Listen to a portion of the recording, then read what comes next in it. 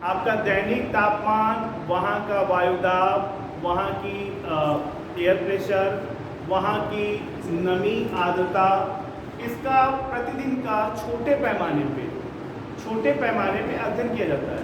जबकि जलवायु क्या होता है, किसी बड़े भू क्षेत्र का एक लंबी अवधि के वार्षिक तापमान, वहाँ की वार्षिक वर्षा का अध्ययन किया जाता है। मौसम प्रतिदिन का बदलता है। आज मौसम ठीक है, आपका चेहरा मुस्कुरा रहा है, आप बात कर रहे हैं। कल जो है हो सकता है आप ठीक है मुस्कुराते हमेशा रहे। तो इसमें मौसम और जलवायु में ये अंतर होता है। और मौसम और जलवायु में जैसे मैंने कहा कि वातावरणीय गतिविधियों का अध्ययन किया जाता है। तो वातावरणीय गतिविधि क्या अध्ययन करते हैं, इसमें जो आपका मौसम में अध्ययन जो कर रहे हैं, अगर कोई विंड वगैरह चल रही है, जैसे आप लोग ज्योग्राफी पढ़े हैं, पछुआ चल रही है, पूर्वा चली, उसी से तो आपका मौसम परिवर्तन होता है ना। पछुआ चली तो नम हवा ले आई, ठंडी हवा ले आई, पूर्वा चली तो उमस वाली हवा ले आई।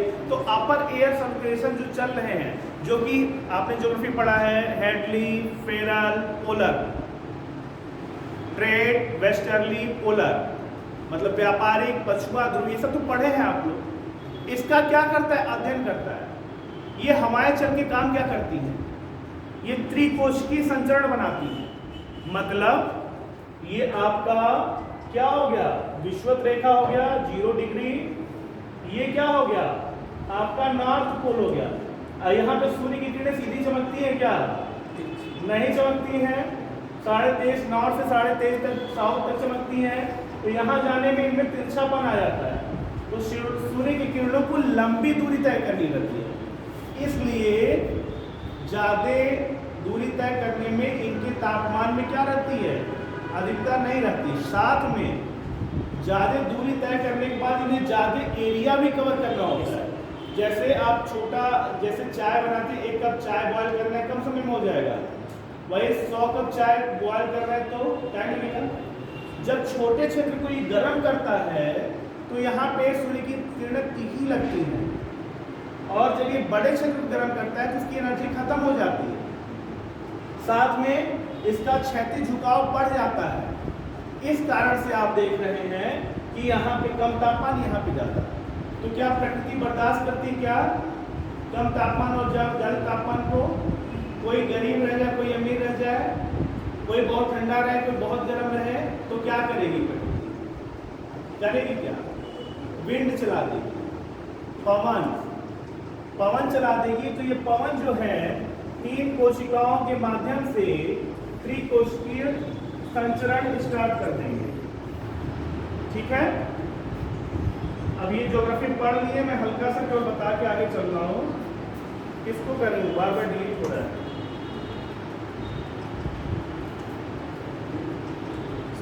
पेंशन वाले करेंगे, पेंशन जैसे ये उसी का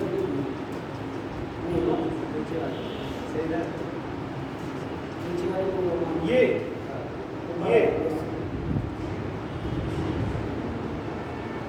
चलिए, तो कहने का मतलब है ये त्रिकोशिकीय संचरण क्या होने लगेगा, जिससे विषुवत रेखा की हवा क्रमशः उत्तर की ओर और उत्तर की हवा क्रमशः दक्षिण की ओर आएगी।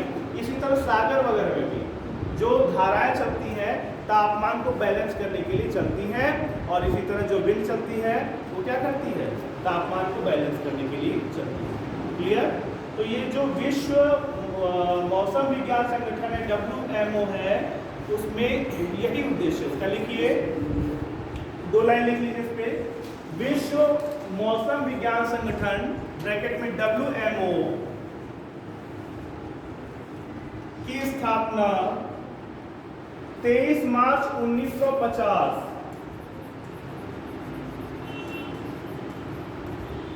को की गई।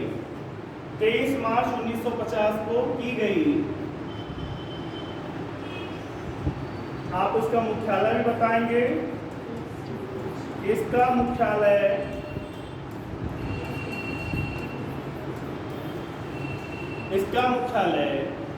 जिनेवा, जो कि स्विट्जरलैंड में है, स्थित है। स्विट्जरलैंड में है स्थित है। और इस संगठन का उद्देश्य भी आप बताएंगे। इस संगठन का उद्देश्य वायुमंडल की दशा और व्यवहार का अध्ययन करना है। दशा और व्यवहार का अध्ययन करना है।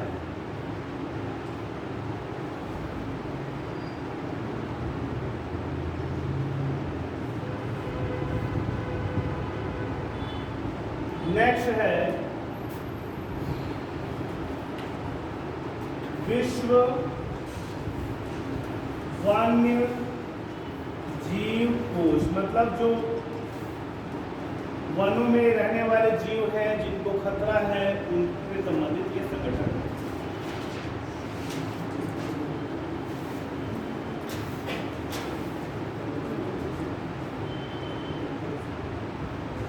इस संगठन की लिखिए विश्व वन्यजीव कोष की स्थापना। विश्व वन्यजीव कोष की स्थापना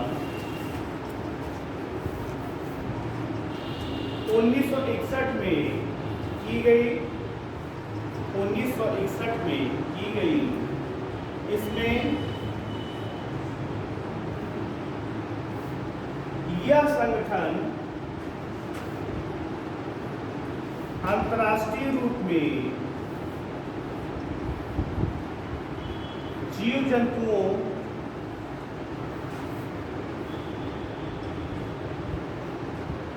की निगरानी और देखभाल पर नजर रखता है। स्तर पर जीव जंतुओं की निगरानी और देखभाल पर नजर रखता है। अच्छा, एक चीज आप बताओ, आप लोग बहुत इंटरनेट मीडिया का यूज कर रहे हो। एक कोई हाल ही में वनतारा नाम का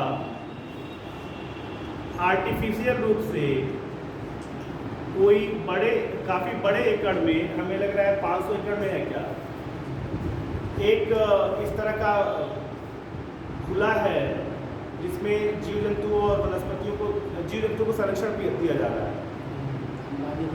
हाँ, अंबानी का है, जिसके हेड कौन है? आकाश अंबानी। उसमें क्या है, हाथी या बकरियां या जो भी ऐसे जीव हैं उनको क्या किया जा रहा है, काफ़ी सुविधाएं और संरक्षण प्रदान किया जाता है। शायद एशिया का या विश्व का ये सबसे बड़ा इस तरह का प्रयास हुआ है जो कृत्रिम रूप से जीव जंतुओं को व्यवधान न हो, उनको क्या है, सुरक्षा प्रदान की जाती है। कौन बोल रहा है? पूछना है? अच्छा, ठीक है, हो गया। नेक्स्ट टॉपिक है बेटा हमारा UNEP, United Nation environmental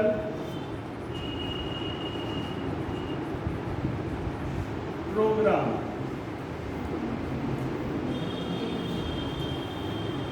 UNEP, United Nation environmental programme.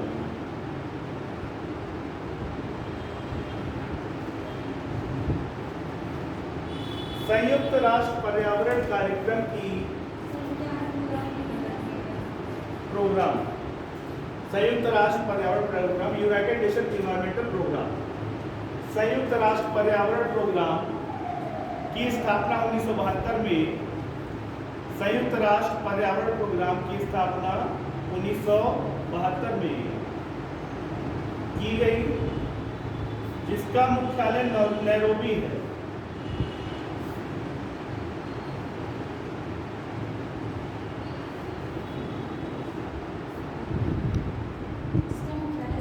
Nairobi, Nairobi.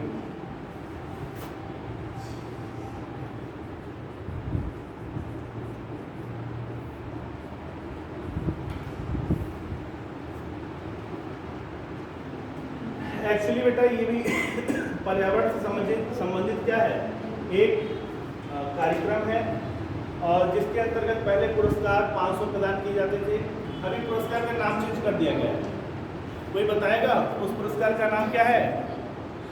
क्या चैंपियंस ऑफ द अर्थ है? पुरस्कार कौन सा है?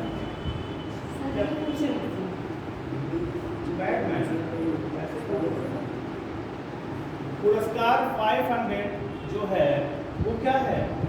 अभी इसका नाम परिवर्तित कर दिया गया है, जो UNEP के द्वारा प्रदान किया जाता है। किसी को पता है इसका नाम क्या है? पुरस्कार 500 का चैंपियंस ऑफ द अर्थ तो नहीं है, ये पूछा गया है। और आगे यही है पक्का, ये आगे भी सवाल आएगा। ये शायद इंडिया में मोदी जी को मिला, किसको? मोदी जी को मिला, ये न्यूज में भी आया है। अभी वो डॉक्यूमेंट्री शूट किए थे बियर ग्रिल्स के साथ। किसके साथ? बियर ग्रिल्स के साथ में एक डॉक्यूमेंट्री शूट किए थे। हाँ। उत्तराखंड के जंगली इलाके में। चलिए ठीक, लिखिए। इसकी शुरुआत 1972 में हुई, जो पर्यावरण संरक्षण से संबंधित प्रोग्राम है, और ये पुरस्कार 500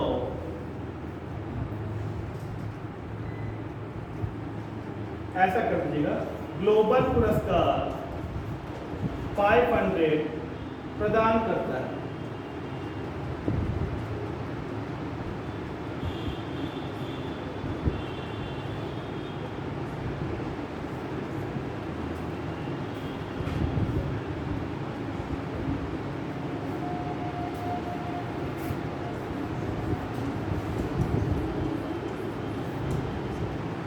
नेक्स्ट संगठन है बेटा IPCC।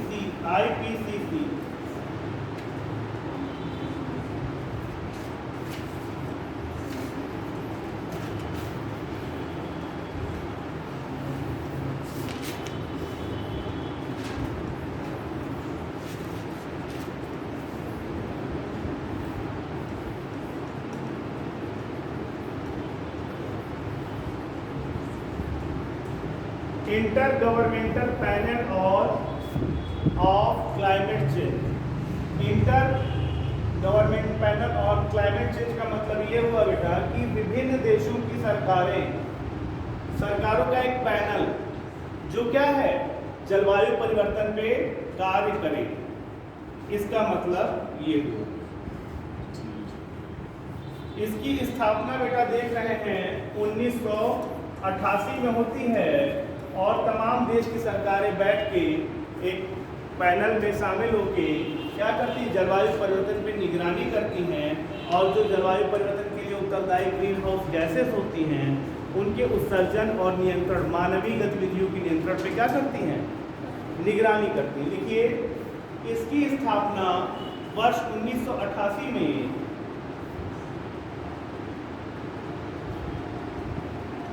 WMO और UNEP, वर्ल्ड मेट्रोलॉजिकल ऑर्गेनाइजेशन और यूनाइटेड नेशन इन्वायरमेंट प्रोग्राम के सहयोग से 1988 में की गई। 1988 में की गई।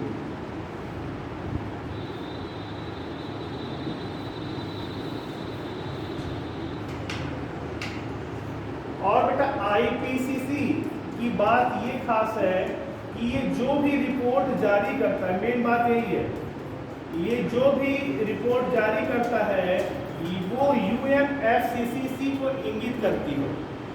मतलब IPCC की जो भी रिपोर्ट रहती है वो UNFCCC के अध्ययन करने में या उसको समझने में महत्वपूर्ण भूमिका निभाती है। तो आप नोट कर लीजिए कि IPCC की report United nation framework on climate change को,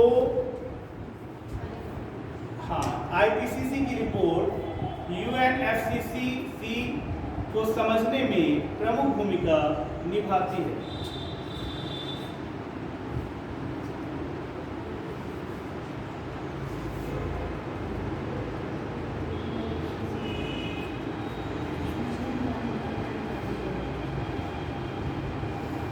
बेटा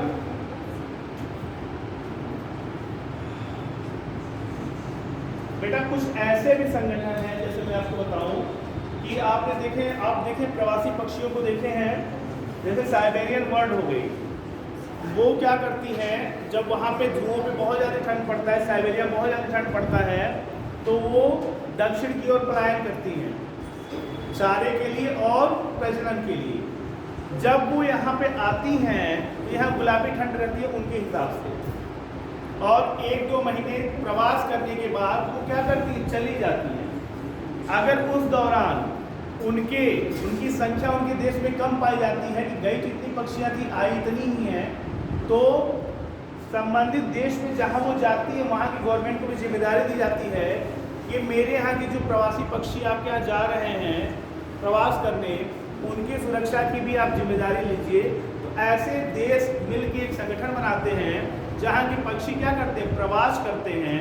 तो उनको ये रहता है कि प्रवास करने के दौरान उनकी सुरक्षा हो, जिससे वो अपने गंतव्य तक पहुँच के वहाँ की बायोडाइवर्सिटी क्या करें, संरक्षण प्रदान करें।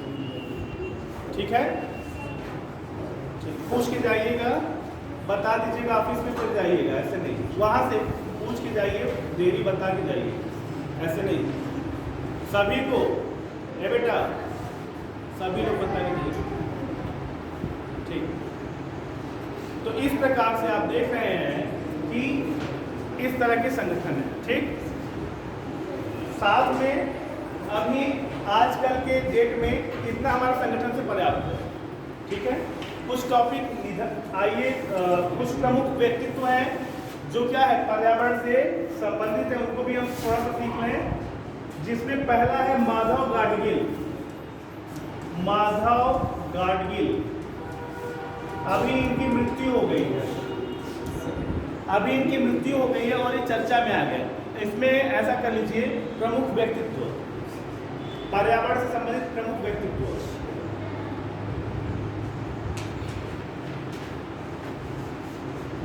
इसमें लिख लीजिए, ये बेटा जो माधव गाडगिल है, पश्चिमी घाट पर्वत को संवेदनशील क्षेत्र घोषित करने की बात कहे थे। इसमें ये कहे थे कि ये इको सेंसिटिव जोन है, इसको संवेदनशील क्षेत्र घोषित किया कर दिया जाए, लेकिन घोषित नहीं किया गया था। तो इस पर्यावरणविद का निधन हुआ है, तो मे भी क्वेश्चन में निधन का एक टॉपिक आता है, प्रमुख व्यक्तित्व जो निधन होता है, तो माधव गाडगिल से पूछा जा सकता है। देखिए, ये एक प्रमुख पर्यावरणविद थे जिनका हाल ही में निधन हो गया है। ये पश्चिमी घाट पर्वत को संवेदनशील क्षेत्र घोषित करने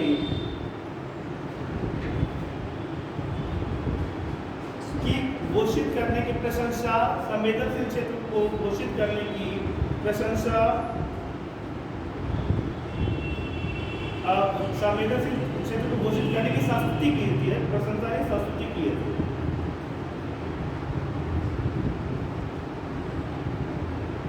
हो गया?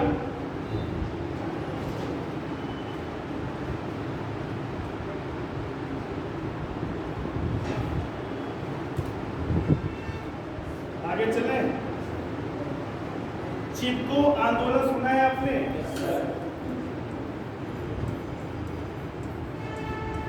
चिपको आंदोलन में हुआ क्या था?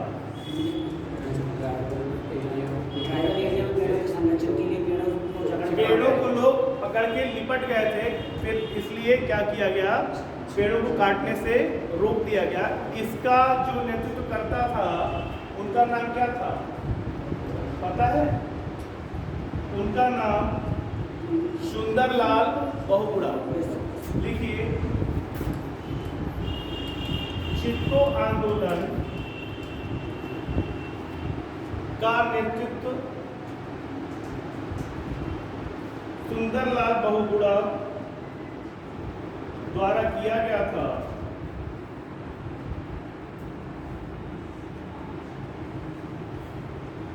जिसमें उत्तराखंड के वनों को कटाई से बचाने हेतु लोगों द्वारा वृक्षों से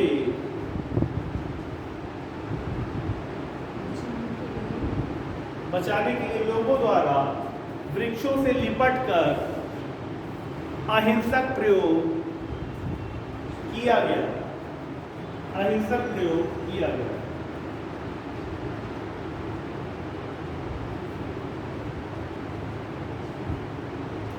नेक्स्ट है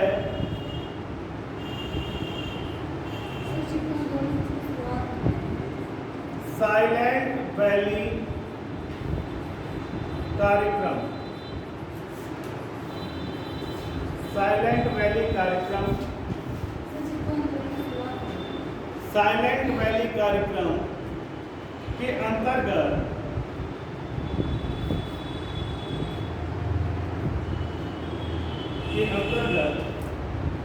बेटा केरल में किस प्रकार का वन मिलेगा?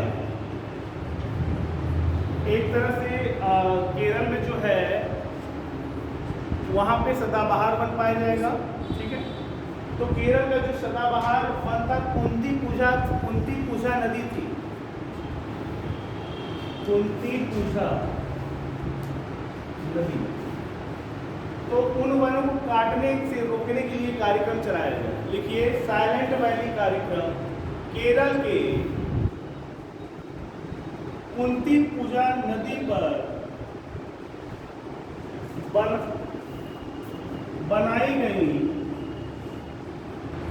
जल विद्युत परियोजना को रोकने के लिए या उसके विरोध में ये कार्यक्रम चला था।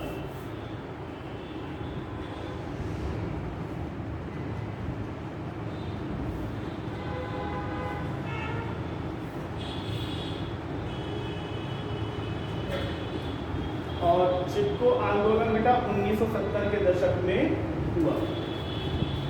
नेक्स्ट आंदोलन है अपिक्को आंदोलन।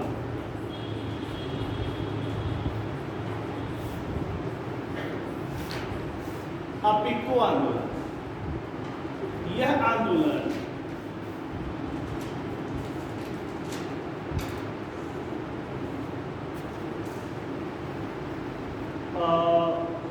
कन्नड़ भाषा के शब्द अपिक्को, जिसका बेटा अर्थ होता है गले लगाना, गले लगाना। कन्नड़ भाषा के शब्द अपिक्को जिसका अर्थ है गले लगाना,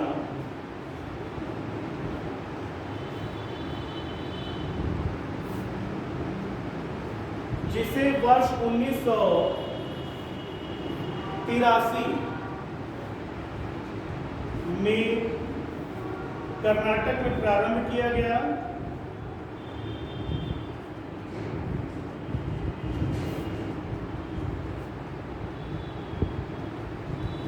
यह आंदोलन क्या था बेटा?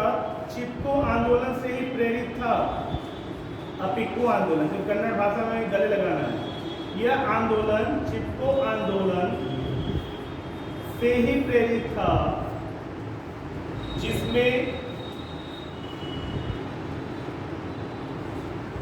जिसका नेतृत्व पांडुरंग हेगड़े द्वारा किया गया। पांडुरंग हेगड़े द्वारा किया गया।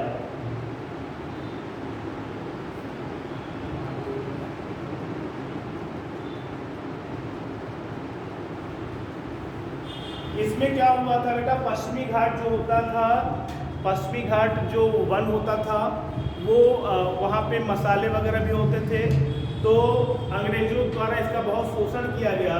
तो उन वनों के संरक्षण के लिए ये आंदोलन चलाया गया, जो कि सुंदरलाल बहुगुणा के चिपको आंदोलन से प्रेरित था और इसे पांडुरंग हेगड़े द्वारा संपादित किया। इसमें लिखिए यह पश्चिमी घाट पर्वत के जो कि काली मिर्च और इलायची उत्पादन में महत्वपूर्ण है, जो कि काली मिर्च और इलायची उत्पादन में महत्वपूर्ण है, के संरक्षण के लिए यह आंदोलन चलाया गया।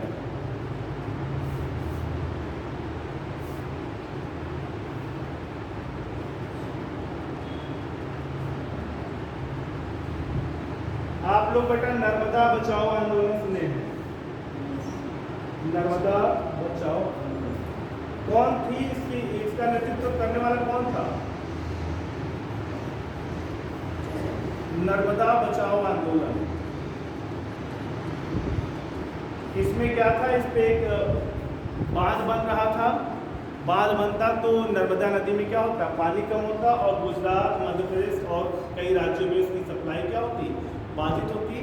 तो मेधा पाटकर ने क्या किया, इसका नेतृत्व किया। लिखिए नर्मदा बचाओ आंदोलन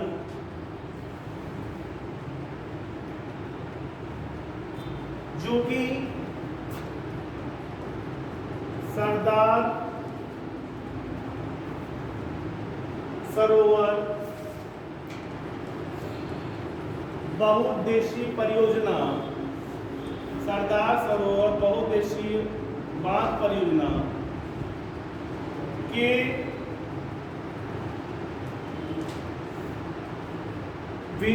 के विरोध पर आयोजित किया गया, जो कि मध्य प्रदेश, गुजरात और महाराष्ट्र की सम्मिलित परियोजना है। मध्य प्रदेश, गुजरात और महाराष्ट्र की सम्मिलित परियोजना है। इस आंदोलन की नेतृत्वकर्ता मेधा पाटेकर थी। मेधा पाटेकर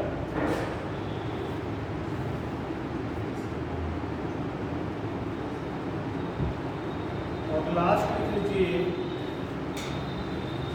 तिहरी आंदोलन।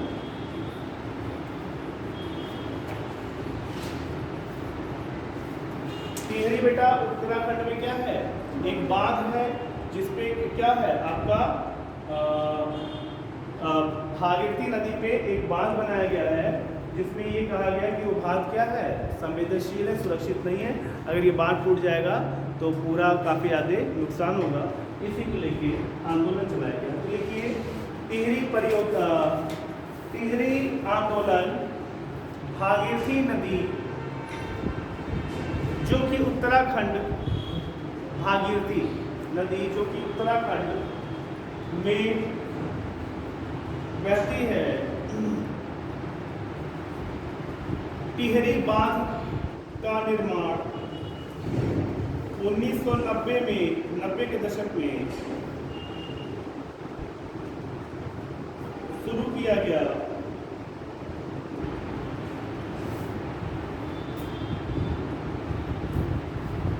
जिसका कारण टिहरी क्षेत्र का भूकंपीय दृष्टि से सुरक्षित न होना था। सुरक्षित न होना हो गया। इसमें क्या था ना, आप देखते हैं जो बांध बनाया जाता है, इधर देखो बांध लिखना, ये कहाँ बनाएंगे, ए पॉइंट बनाएंगे या बी पॉइंट पे? बांध कहाँ बनाएंगे? ए पॉइंट बनाएंगे, क्योंकि रनिंग वाटर जो रहेगा वो क्या करेगा, यहाँ पे आपकी जो टरबाइन है आप लगाएंगे तो उसकी गति से, गतिज ऊर्जा से क्या है आपकी बिजली बनेगी। तो अगर यहाँ पे आप करेंगे तो पानी की गति तो रहेगी नहीं, यहाँ पे है तो बिजली बनेगी। तो यहाँ पे कहा गया जो उत्तराखंड का ये क्षेत्र भूकंपीय दृष्टि से बड़ा संवेदनशील है। अगर आप बांध बना दिए, पानी रोक दिए और वो हिल गया, अगर थोड़ा सा भी उसमें क्या हुआ, गति आ गई, तो वो क्या हो जाएगा, पूरा पानी फैल जाएगा, वो क्षेत्र जल प्लावित हो जाएगा और क्या करेगा, खतरा उत्पन्न कर देगा। तो इससे कहा गया कि यहाँ बड़े बांध मत बनाओ, तो यहाँ क्या होगा, नुकसान होगा। इसको देख के टिहरी बांध परियोजना, टिहरी आंदोलन शुरू हुआ। ठीक है, कितने हो गए आंदोलन, काउंट करो तो, काउंट करो आंदोलन।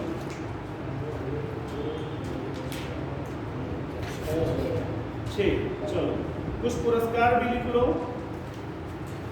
कुछ पुरस्कार पर्यावरण संबंधित जो दिए जाते हैं, अभी जो पढ़ाए थे पुरस्कार, ग्लोबल पुरस्कार 500, उसी का नया वर्जन है, नया नाम चैंपियंस ऑफ द अर्थ,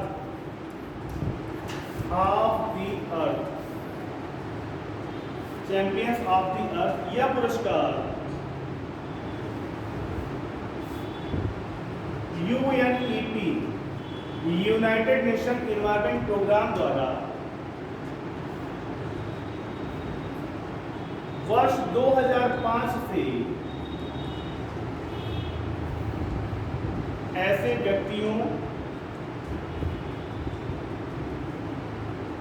संगठनों को दिया जाता है जो कि पर्यावरण और अर्थव्यवस्था में सुधार किए हैं, जो कि पर्यावरण अर्थव्यवस्था में सुधार किए हैं।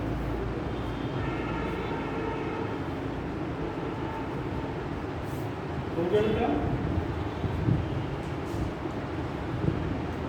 इंदिरा गांधी पर्यावरण पुरस्कार दूसरा पुरस्कार है, इंदिरा गांधी पर्यावरण पुरस्कार। यह पुरस्कार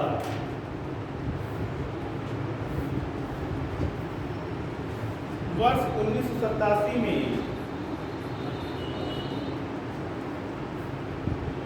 भारत सरकार द्वारा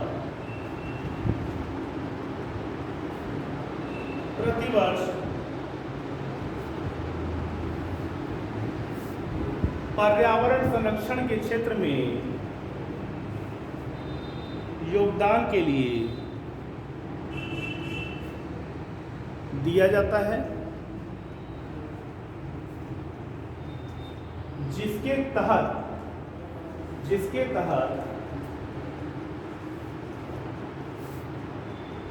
2 पुरस्कार 5 लाख के संगठन को, 2 पुरस्कार 5-5 लाख के संगठन को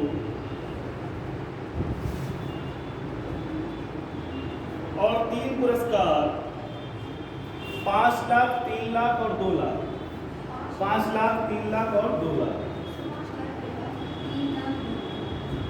व्यक्तिगत रूप में प्रदान किए जाते हैं।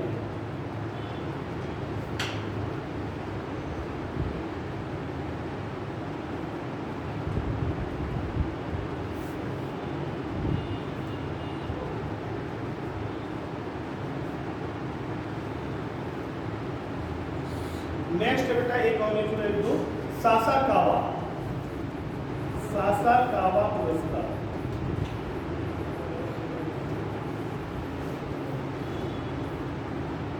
सासाकावा पुरस्कार, यह पुरस्कार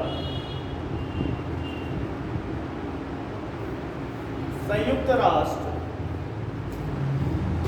आपदा जोखिम न्यूनीकरण कार्यालय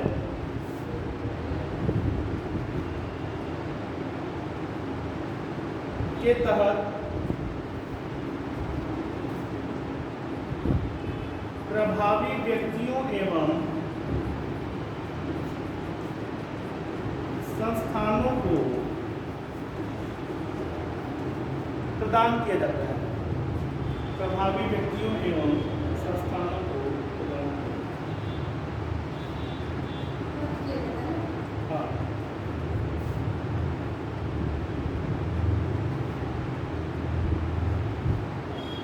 लास्ट है अर्थशास्त्र पुरस्कार।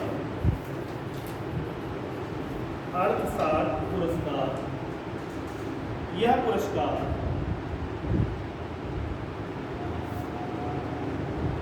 पहली बार प्रिंस विलियम द्वारा, ब्रिटेन के हैं ना, शुरू किया गया।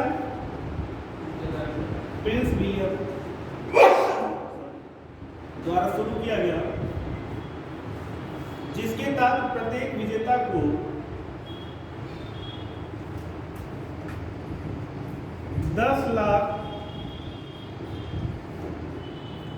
पाउंड की राशि प्रदान की जाती है, 10 लाख पाउंड की राशि प्रदान की जाती है।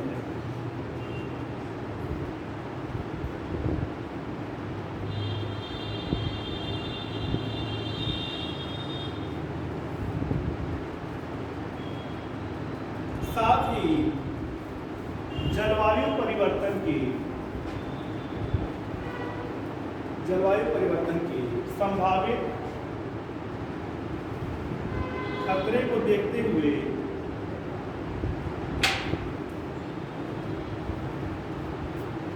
नवोन्मेष या इनोवेशन मतलब जो नवाचार करते हैं, उन परियोजनाओं को वित्त पोषण भी किया जाता है। उन परियोजनाओं को वित्त पोषण भी किया जाता है, मतलब उनको एक तरह से वित्त प्रदान करते हैं, पैसा। ठीक है, तो आज ढेर सारा टॉपिक हो गया है। इस तरीके से अभी आपका बचा है अभी जो इन्वायरमेंट का करंट है अपडेशन, जनवरी फरवरी तक का पर्यावरण में जो चीज़ें मिली हैं उसका अपडेट फॉर्म कल बताया जाएगा। एक लेक्चर है पर्यावरण का कल सुबह में, लास्ट लेक्चर है, उसमें बताया जाएगा। जब वो अपडेशन फॉर्म में ही पूरा दिन निकल जाएगा। एक तरह से कर सकते हैं इन्वायरमेंटल करंट अफेयर्स, इन्वायरमेंट का जो करंट फॉर्म है वो बताया जाएगा, और समय बचेगा तो PYQ बताया जाएगा। आज आपने जलवायु परिवर्तन संबंधित सम्मेलन, जलवायु परिवर्तन संबंधित संगठन, जलवायु परिवर्तन संगठन और पर्यावरण से संबंधित पुरस्कार और पर्यावरण से संबंधित कुछ प्रमुख आंदोलन, 4 टॉपिक हुए। जलवायु परिवर्तन संबंधित सम्मेलन, जलवायु परिवर्तन संबंधित संगठन, ठीक है, व्यक्तित्व में भी बताया, निधन में भी बताया, और इसके बाद 2 चीज़ बताया। लास्ट में क्या है, कुछ आंदोलन, ठीक है, पर्यावरण संबंधित आंदोलन ये बताया गया, और लास्ट क्या बताया गया, सेकेंड लास्ट पुरस्कार। तो 4-5 टॉपिक आपका कवर हुआ। इस तरह से इन्वायरमेंट का लगभग ट्रेडिशनल पोर्शन सभी हुआ। जैसे मान लो कभी चर्चा में था इंदिरा गांधी राष्ट्रीय पुरस्कार, इंदिरा गांधी पर्यावरण पुरस्कार किसको दिया गया, या चैंपियंस ऑफ द अर्थ किसको दिया गया, या आप अड्वेट करते रहेंगे। कल के चैप्टर और कल का जो टॉपिक रहेगा वो अपडेशन का रहेगा, इसको बताऊँगा भी। वैसे भी आप इन सबको, अगर सासा कावा पुरस्कार किसी को दिया जा रहा है तो आप ध्यान में रखेंगे, वो पूछा जाएगा। ये सबका अपडेट फॉर्म है, ठीक है। कोई कन्फ्यूजन, कोई डाउट नहीं। आपका बहुत छूट गया बेटा, आप क्या करना, डेली तो आप किसी से ले लेना। आपका फर्स्ट वाला लेक्चर छूटा था, कल सेकेंड, कल थर्ड क्लास का, आज फर्स्ट का छूटा हुआ है, आप उसको कवर करिएगा। इस तरीके से इन्वायरमेंट पूरा हो रहा है। मुझे नहीं लग रहा दिक्कत होगी कुछ, अगर दिक्कत होगी तो आप पूछ सकते हैं, कोई समस्या हो तो। नहीं है सर?